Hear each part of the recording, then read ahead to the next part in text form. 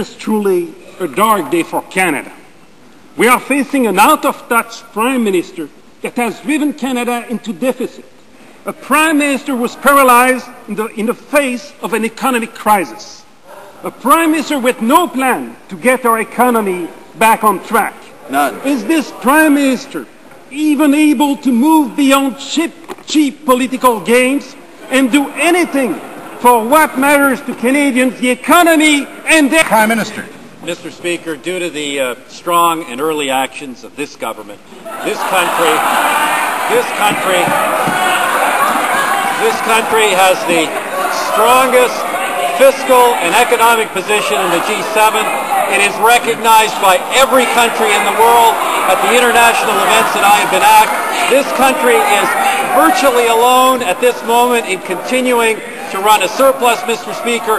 We will not go into structural deficit. We will continue to have the best fiscal position in the industrialized world, and that is a strength all Canadians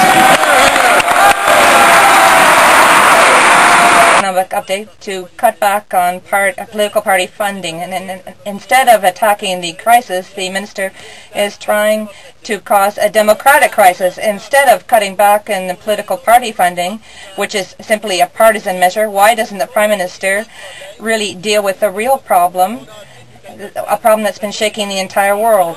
Instead of an immediate stimulus package to attack the recession, this government is apparently going to attack democracy. And they're going to, so I'm asking the Prime Minister, how such an attack is going to create one job or protect one pension? Why are they protecting the Conservative Party instead? The strongest in the G7.